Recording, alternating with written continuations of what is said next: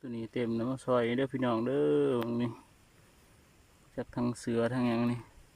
มันนี่ถือมาว่าคิดว่าสิเต็มกระสอบหน่อยนี่เนาะเห็ดยิบเป็นถุงผ้านะมาแล้ววันว่านี่มากับลูกชายเนี่ยกับลูกสาว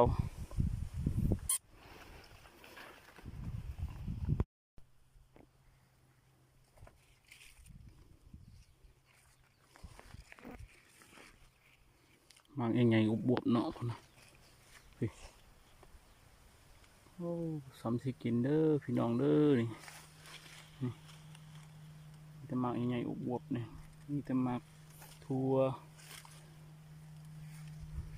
คอยเป็นคนที่มากินถั่วเนาะกับถั่วผู้คอยสิเฮ็ดกินเฮ็ดปลูกกินเอาจบคลิปไว้ชมนี้